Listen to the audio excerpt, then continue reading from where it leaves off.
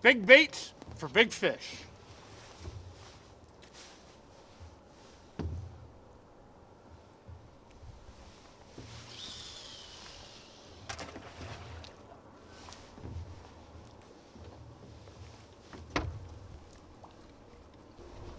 Now I'm going to be honest with you guys. I don't know if I will actually catch anything here. I like to take my clients here on guided fishing trips, except for in the wintertime. Most of the bigger fish in the wintertime are in the river. However, I'm throwing some baits, throwing some big baits to see if there's actually anything here. And in the wintertime, the big fish, they just want a big meal and then just rest. So if you really want a chance at an absolute monster fish, throw out the biggest bait possible. A big bait like that.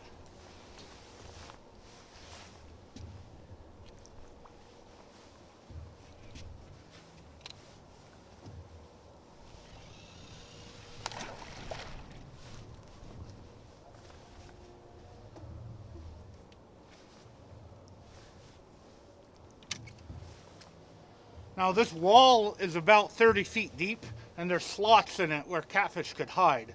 It's a really, really good spring spot. Basically, the catfish will start going upriver in spring and stop at certain places to feed before they continue on to spawn somewhere. I do have a tiny amount of current here, which I actually like it when there's current at this spot. And we've got a few clouds in the sky. Maybe I'll get something. I will put out a couple of small pieces as well, just to see if there's any small fish around.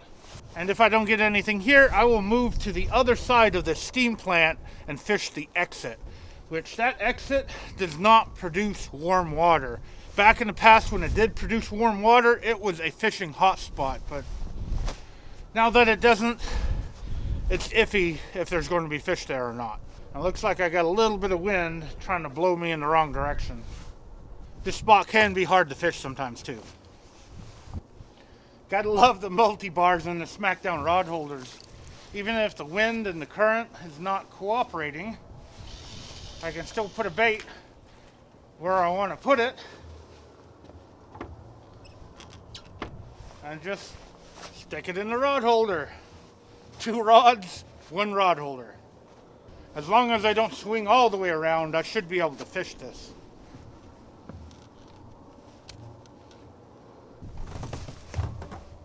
Well, in the past, I have caught some giant fish here before. In fact, I did a short a while back of 2 big catfish that I caught with Dieter Melhorn. But I'm here too early. I know I'm here too early. I figured I'd give it a try. So I'm going to reel these up and head to the other side of the steam plant. They are rolling a lot of water. I can tell because it's got both stacks pumping out steam. And when it's got both of them pumping out steam, that means they're pushing a lot of water. It may not be hot water, but it's going to be current, and maybe that will attract some fish. And maybe the wind will be blowing in the right direction too. And I think these 2 are rubbing on metal, which is not good.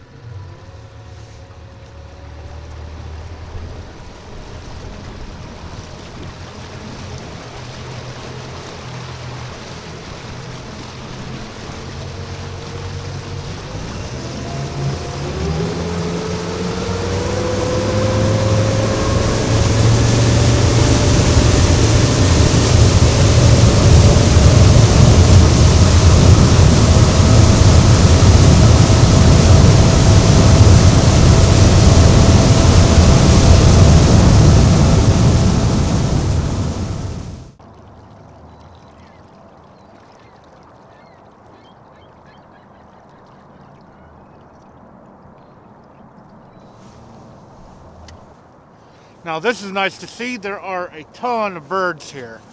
So maybe the fish are here. And funny enough, the only other boat out in this freezing weather is my buddy Joe. Not catfishing Joe, but I call him Flathead Joe. He's right over there off the cliffs on the main river. I saw a bunch of good marks on the main river, so maybe that's where the fish are. But I'm going to try here first, where the water is flowing out of the steam plant. And the water here is only 7 degrees warmer than where I just came from. So it's not getting warmed up that much.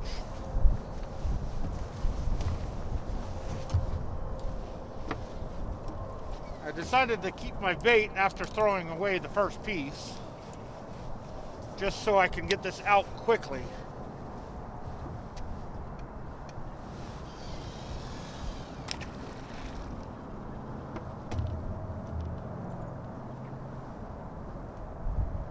The water is not that deep here either.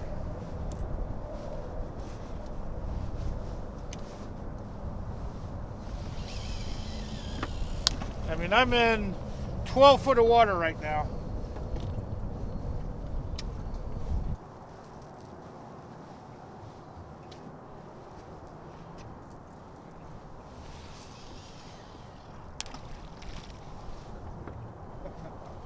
These dragging rigs with sinkers on them really don't cast that well. I gotta put a bait on this one, and maybe I'll catch a fish here, or maybe I'll move again.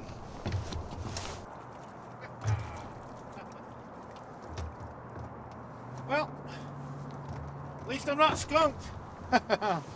Throwing a plastic off the front of the boat just to see if I could catch something else other than the catfish. Nice bass. Yep. Not skunked, right? Some of you would call this bait, although legally I couldn't use it as bait. I did move here a little bit. The way this area is set up, there's like a peninsula right here, and it's all like 4 to 5 foot of water. So I put my talons down where the peninsula drops off, right before it drops off to like 20 feet of water. So the rods on the left I've cast out really far. They're in the main river. The rods on the right are in the creek channel, or at least I think they're in the creek channel. I did see fish in the creek channel, and you can see the line is practically going straight down, which means deeper water. Exactly where I want to have it. Now this main river channel has kind of a drop off, you know, the channel edge, and it goes around to those rocks over there where my buddy Joe was fishing, Flathead Joe. He said he got a few bites, but he didn't get anything hooked up over there. And he told me he saw bait around this area in the water, which I saw as well, with fish feeding on the bait. And judging by that little bass that's out here, there's fish feeding on fish, feeding on bait. I can only hope that one is a catfish down there, which I don't think so. I actually think all the catfish are probably on the main river at the moment. I guess I'll call this another scouting trip because I'm not catching any catfish. Which is good because I know where not to take clients in the future, at least in the next week or two.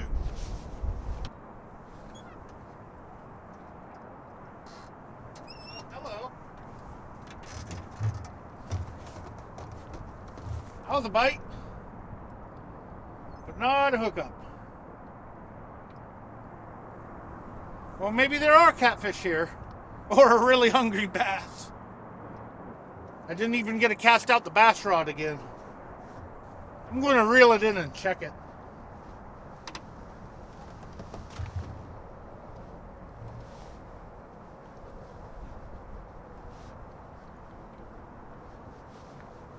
Oh, yeah. He's still there. He was just swimming with it.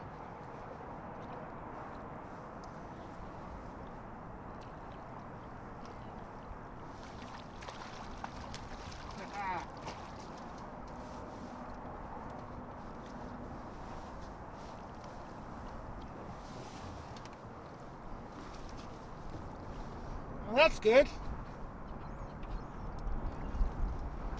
Got a catfish in the boat now.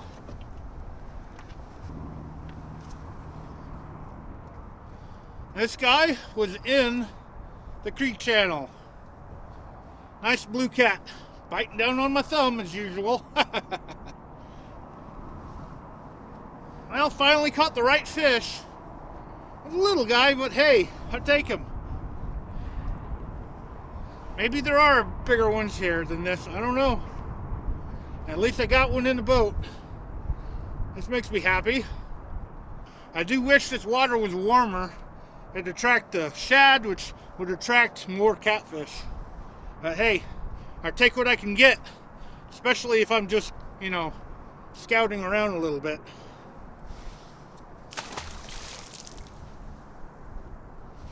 Even the sun is in the wrong place, but I take a win when it happens.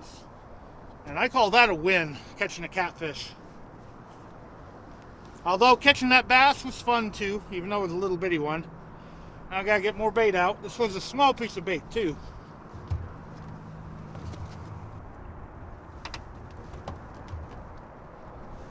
The bait was about this size, and this is my dragon rig.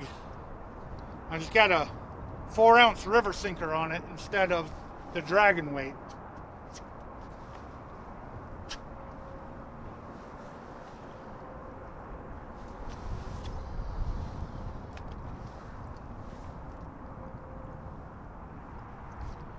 Cool. Now let's see if I can catch something else.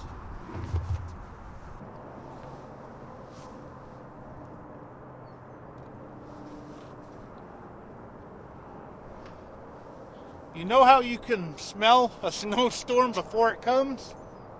I could smell it. They are predicting up to 6 inches of snow in the next couple of days here in my area. And not only can I smell the chill in the air from snow heading this way, it's actually getting colder by the minute. Eventually I'll call it and start heading back to the ramp before it gets too cold. Now I'm also demonstrating here how I'm fishing this plastic. I'm throwing it out, giving it time to hit the bottom, and just slowly reeling it in.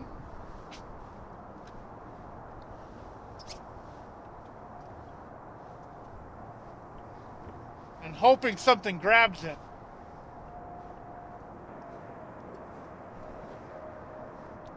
Just like catfishing, you gotta be real patient and real slow. And real slow.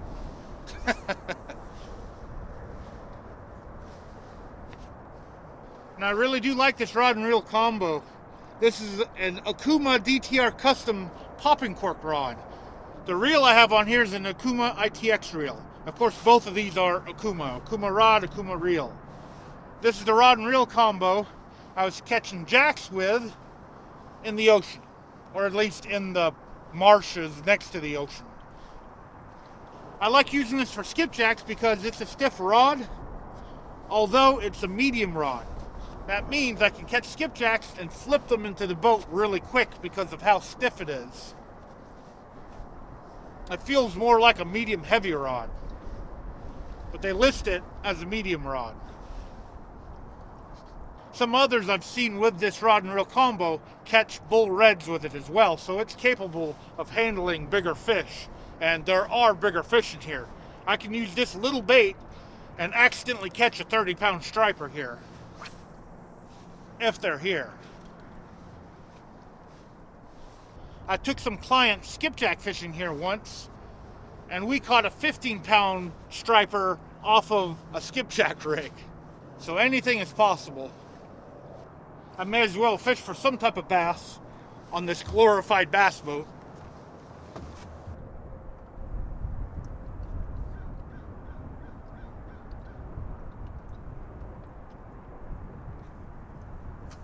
Hello. Oh, look at that pull.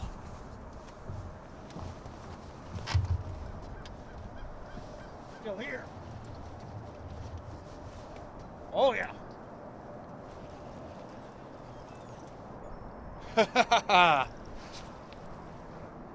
Wow, this is one of the bigger pieces that I launched out into the channel.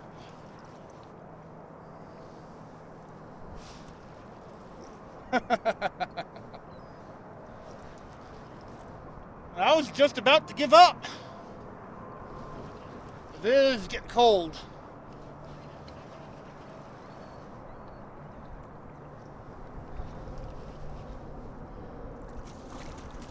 Oh yeah. Hopefully I didn't pull them up too fast. Now this is a unexpected surprise. Man, that's a good fish.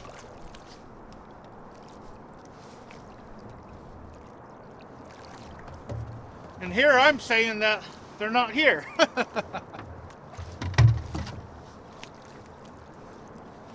Come on, don't get wrapped up. He's not hooked that great.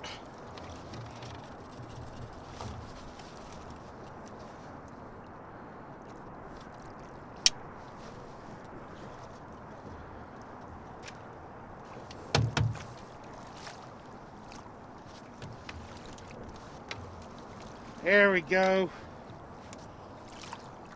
Oh. Big baits, big fish. Now I don't even know what to name the video. Wow. Wow. Now this is a respectable fish. Very nice. Say he's 20 pounds? I'm going to weigh him and find out. I always use the net to weigh the fish. That way you don't hurt it.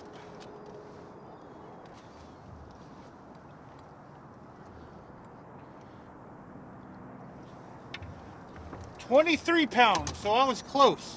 Minus a pound that the net is, 22-pound fish. This is definitely a great way to end this video. Nice 22-pounder. Beautiful, beautiful fish. Now to let them grow and get bigger.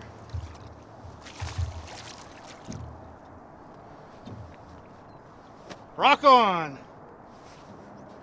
Now, I'm going to get these rod and reels reeled in and head back to the ramp. It is getting cold. And I'm hoping that the water that's gotten into the talons hasn't frozen, because it could cause them to freeze in place. With the water being 47 degrees though, it's probably not frozen. It is a worry for me. I'd hate to have to get in the water to fix the talons. Now as a quick recap for you guys, we started out on the other side of the steam plant at the intake wall, and the water was 40 degrees. The air temperature was about 37 degrees. Didn't get anything over there, so came over here to the discharge. The water temp here, 47 degrees, and now the air temp has climbed down to about 28 degrees. And since I'm down here in the south, I want to get back to the ramp and get somewhere warm. As always, I want to thank you for taking your time out of your day to actually watch my video. I really, really appreciate it. I absolutely love it when I get a fish that big in the boat. And hopefully, I'll be able to get a bigger one in the boat for you guys to either watch or catch yourself if you book a fishing trip with me. Now the wind is starting to blow pretty good, so I'm going to get these reeled up before I become a popsicle. Thanks again for watching. I hope to see you next time.